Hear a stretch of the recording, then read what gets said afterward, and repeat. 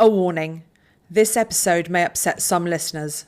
For the next 22 minutes, we'll be covering violence against children, rape, and murder.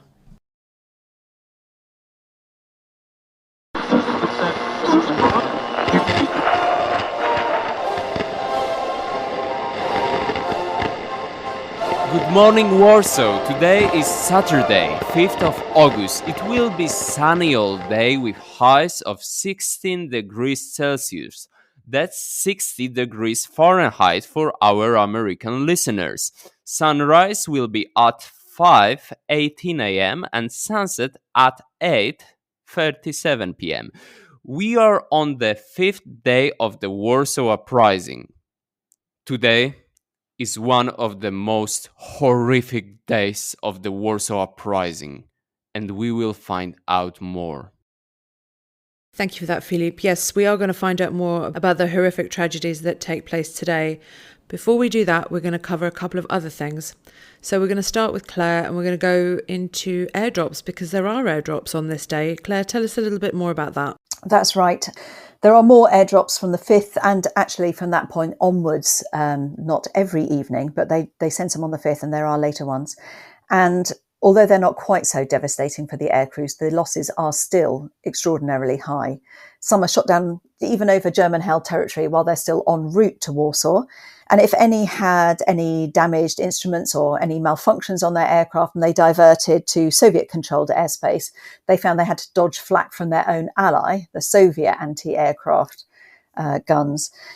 And those that made it over Warsaw, of course, are fairly easy targets. There are some of the surviving pilots were later interviewed and they talk about being able to see the machine gunners on some of the higher buildings held by the Germans firing at them as they flew in low to deliver their supplies. So it's absolutely, what a juicy target for your German gunner.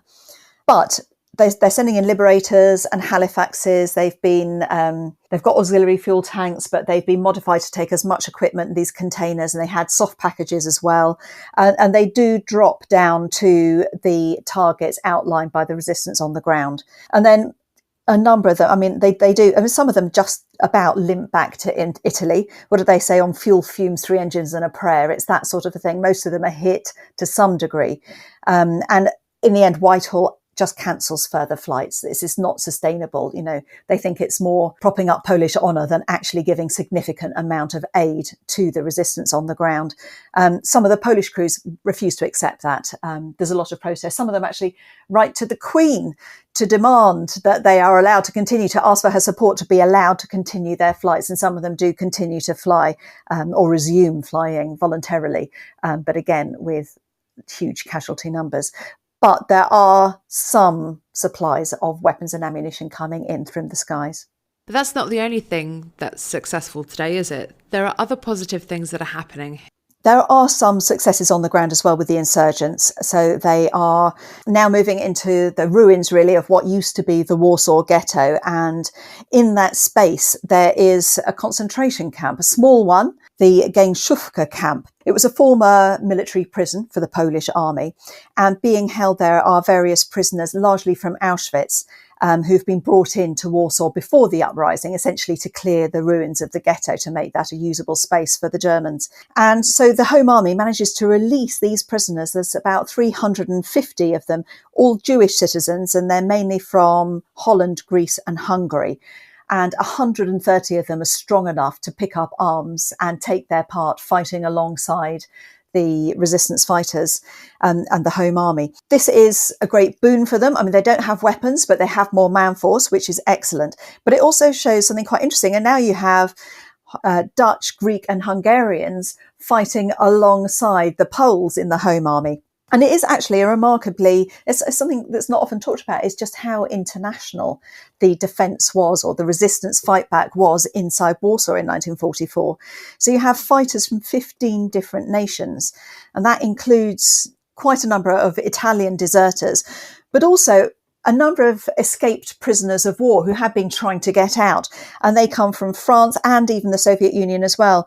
There's one Australian, Walter Smith. He ends up broadcasting alongside Jan Novak and others. In fact, his first broadcast was a real hit on the international airwaves. And it's also the first news his mum had of him being alive after 3 years with no contact at all. And there is this British journalist, well, becomes a journalist, John Ward. He's another prisoner of war who'd escaped and was trying to make his way back. But he then serves with the Polish resistance, and he becomes a key liaison really between Britain, the British government, and the Home Army. And to such a degree, actually, I mean, he serves with Jan Novak again on the radio, but he's such a degree that the Times, the London Times, makes him their official war correspondent. So he becomes this Times correspondent for the Warsaw Uprising specifically. Perhaps we can pick up on some of these stories later on in the uprising. We spoke yesterday about the strategic necessity that the Germans had to control that sort of east-west thoroughfare through Warsaw, which the suburb of Wola effectively straddled. So it was necessary for them to focus their efforts against the insurgents initially in that area. And as I said, the units that are brought in, for example, the Dielewanger Brigade and Kaminski's Rona Brigade, are some of the most brutal and brutalized units fighting under German command at this point. And that's saying something in terms of German forces in 1944. At dawn on the 5th of August 1944, this effort to clear the insurgent positions from Wola begins. They send those units in, and they make no distinction between insurgents and civilians, crucially. And this fits very well with their own, could we call it a military tradition? This is what a lot of those soldiers have been doing throughout the war, is killing women and children. And they do the same thing in Warsaw because that's what they've been told. There is no distinction to be drawn between insurgents and civilians. So they pull people from their homes, they drag people down into the courtyards behind the blocks, they're rounded up literally and shot en masse, bodies piled up together. The flats that they've come from are ransacked, possessions are taken. Drink, of course, is very much sought after. So it's really an extremely brutal and very deliberate targeting of civilian populations in Wola. And they're doing it it's a very coordinated plan. They're going for this district. They're going building by building, apartment by apartment, targeting everyone. If there aren't people in houses, they think, they may be hiding in the cellars. They'll open cellar doors and chuck in hand grenades. There is nothing left. It's a total trail of devastation. There are some horrendous images from this, photographs from this, of some of the bodies were burnt, but others were just left on the streets, in the courtyards. Young men in their armbands, young women, soldiers, but children too, still in summer clothes. Saw some with children in ankle socks. This is summertime, and there they are, young women beside them, probably mothers, big sisters, their hair in the dirt. It's just indescribable. The Germans tend to learn from their mistakes, especially in this case, where at midday, Rheinefahrt actually realises that the way that they're continuing with these murders and executions and burning of homes and burning of buildings is just inefficient. It is just taking too long for them to be able to do so. So what they do is that they decide to round them up into groups and murder them. It would be much more easier, much more sufficient. So they end up choosing multiple locations around Wola, which are chosen by the mid-afternoon. That includes the Ursus factory, where about 7,000 people were murdered, the Orthodox church, where another few thousand people are murdered, the Franaszek factory, where we have another 7,000 murdered. You have the St. Wojciech church, which has another few thousand people murdered. So in the end, they end up rounding up these residents in groups of 50 and they march them to the place of execution. And probably one of the most heartbreaking testimonies I have ever read, and I'm putting the testimony in here, and for you it will be the most heartbreaking testimonies you'll read, and that is of Wanda Laurier, a pregnant woman who ends up witnessing and experiencing this execution. On 5th August 1944, at 11 a.m., Ukrainians, together with SS men, burst into the premises of the building at Jawdowska Street 18 and ordered everybody, men, women, and children, to vacate the flats and basements.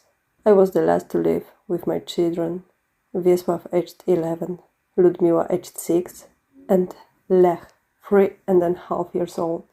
The entire group from our building was directed to the Orsas factory on Wolska Street. There were about 150 of us. I have given a list of the surnames I remember in the appendix. We were stopped in front of the factory gate and split into small groups, arranging us in fours, while neither sex nor age was taken into account. I was put together with my children. Then we were ordered to go into the middle of the factory yard. On the way, I saw piles of killed men, women, and children. When we drew close to the place of execution, the Ukrainians, under the command of an SS officer, fired a shot to each of us individually from a pistol to the back of the skull. They shot from such proximity that the revolver could be felt on the neck. I could hear constant screams, groans, calls for help, prayers, etc. I was in the last four. I begged the Ukrainians around me to save me and my children. One of them asked if I was able to bail myself out. I gave him 3 gold rings. Having taken them, he tried to lead me away, but the chairman in charge of the execution, a gendarmerie officer who noticed what was happening, didn't let him, and ordered me to be put back into the group to be executed. I started begging him to spare my children's lives and my own. I said something about an officer's honor. He, however, showed me back so hard that I fell to the ground. He also hit and pushed my older son, yelling, "Faster, faster, you Polish bandit." In the meantime, a new group of Poles had been brought in. Interfor approached the execution site in the last four together with my 3 children, holding in my right hand the hands of my younger children, and in my left hand the hand of my oldest son. The children walked crying and praying. My oldest son, seeing the death, was yelling that they would kill us too. At one point, a Ukrainian standing behind us shot my eldest son in the back of his head. The next shots hit my younger children and me. I fell on my right side. The shot I suffered was not fatal. The bullet hit the left side of my neck, went through the lower part of the skull, and out through my right cheek. I got a maternal hemorrhage. I spat out of few teeth together with the bullet. The left side of my head and body felt numb, but I remained conscious and was able to see almost everything that was happening around me. The execution lasted until the late evening. I can assert that up until the moment when I could no longer see, about 4,000 people had been killed. We heard yesterday as a quote from a young Belgian soldier fighting for the Wehrmacht.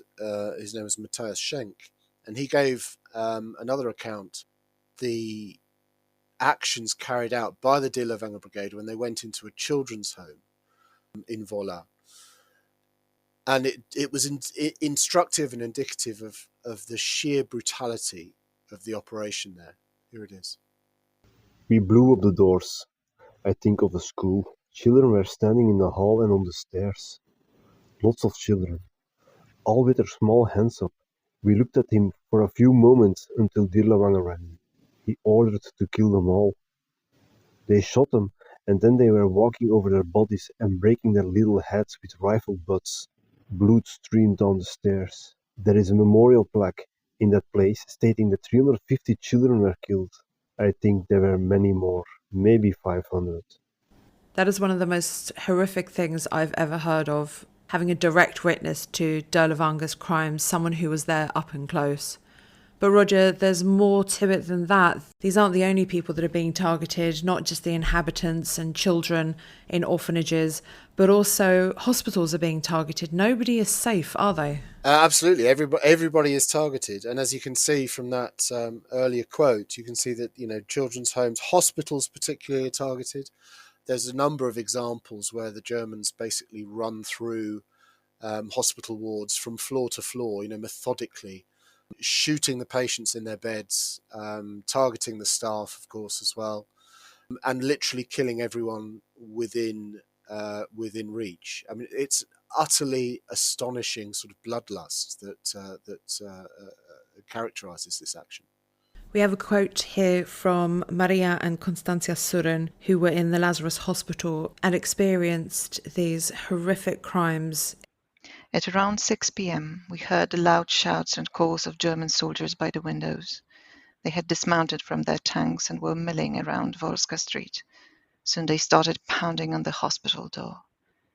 Having conferred at length with one of the female orderlies who was fluent in German, she approached the door and explained that this was a hospital and there were sick people lying inside. The Germans ordered her to open the door.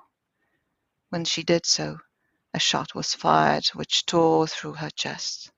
The wounded woman instinctively shut the door. The Germans resumed their pounding, again shouting to be let in. The door was then opened by one of the patients. He, too, was shot with a revolver, receiving a severe wound to the lower stomach. German soldiers ran into the first hall and started tinkering with the gas installation. They turned off the lights and withdrew. Shortly after, the halls were filled with the strong smell of gas. Only the very sick and those unable to walk remained in the first hall, while the others crowded into the two other halls. A few people managed to run from the hospital building, but the Germans saw this and set up machine guns, shooting at the escapees. It was now impossible to escape. Whoever exited the building was shot dead. Everyone had to turn back while in the bunker. The German soldiers were going berserk, saying that the gas had not poisoned the patients and that everyone was still alive. They started throwing hand grenades. They started off by murdering everyone in the first hall. The scenes were horrific. The grenades tore people to shreds and pieces of flesh were sent flying through the halls. I remember from these terrible scenes a nun whose legs were paralyzed was lying in bed and seeing that death was drawing near. She raised her hands, praying aloud. A soldier threw a grenade at her. The weapon tore off her head and ripped open her chest, exposing her heart. Other patients crept under the benches or covered themselves with pallets. There was a brief lull after the first hall had been butchered. The German soldiers then made a barricade from the benches. Standing behind it, they kept their guns aimed at the patients, on the defenseless women and children. They called one of the patients forward and, all the time keeping him in their sights, they signaled to him that they wanted to collect jewelry. They ordered him to first hand over gold chains with medallions, and then rings and watches. Having filled their pockets to the brim, they gestured that they had enough and began throwing hand grenades into the corner of the hall where the children had gathered. I can still hear the screams of the murdered babies and their cries for mercy, but the tears and sobs of our Polish children only seemed to excite and spur on the maddened soldiers. Not only did they not cease, but rather they started hurling the hand grenades right and left with redoubled strength. Seeing that the situation in the bunker was hopeless, I grabbed my sister under the arm. My sister Constantia had been in the hospital for 3 months, suffering from a severe lung abscess. Literally walking over bodies, tens of which lay everywhere, we reached the garden exit, and there a great many dead lay, for the garden was under fire from the machine gun. At the moment when my sister and I ran across, the machine gun fell silent for a while. We were aided by the hole in the wall. We immediately fled to the neighbouring garden, and crawling on our stomachs crept to Leszno Street, which was in the hands of the insurgents. Polish soldiers took care of us and led us to a first aid post, where we were soon joined by 9 more people from the hospital. Only at the post did they notice that I was wounded in the arm. My sleeve and whole dress were soaked in blood. I myself had not noticed this until then, nor did I feel any pain. Derlevanga's crimes are beyond horrific, but he wasn't the only one to be let loose onto the civilian population in Warsaw. Roger mentioned the other day a man called Bronisław Kamiński and the Kamiński Brigade, who were also let loose, and they were set upon the Ochota district this time.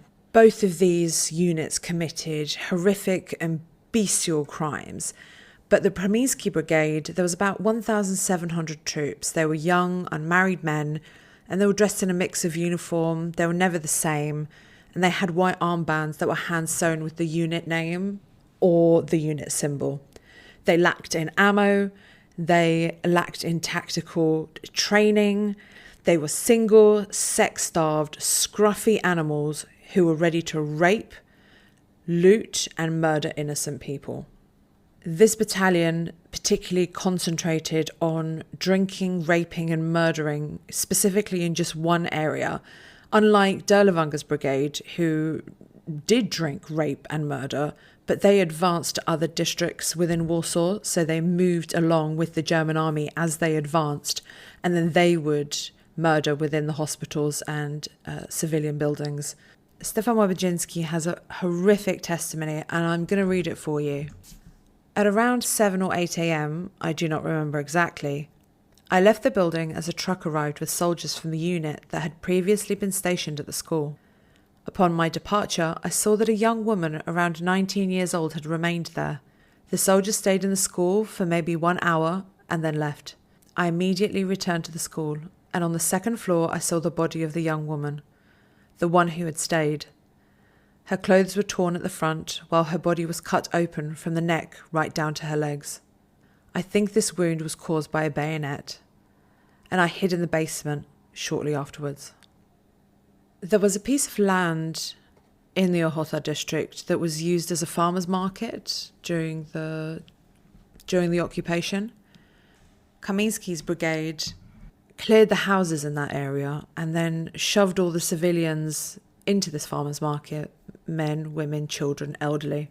This meant that they had easy access to these women and easy access to alcohol, so they could rape as much as they wanted. However, these women tried to save themselves, and they would make themselves old, put dirt on their faces, cover their heads, cover their faces. However, this didn't always work, and they would be pulled out from amongst their family members, their mothers, their sisters. Kamiński believed that this was his prize and his soldiers' prize for fighting for Germany. They were allowed to rape whoever they wanted to. These women were gang raped, 5, 10, 20 different soldiers. They even raped children and young women. We're talking about 10, 11, 12-year-old girls would be raped. They didn't even stop at raping pregnant women. Every woman was a prize. There was just a bestial moment of a testimony where a group of soldiers were sitting around a table.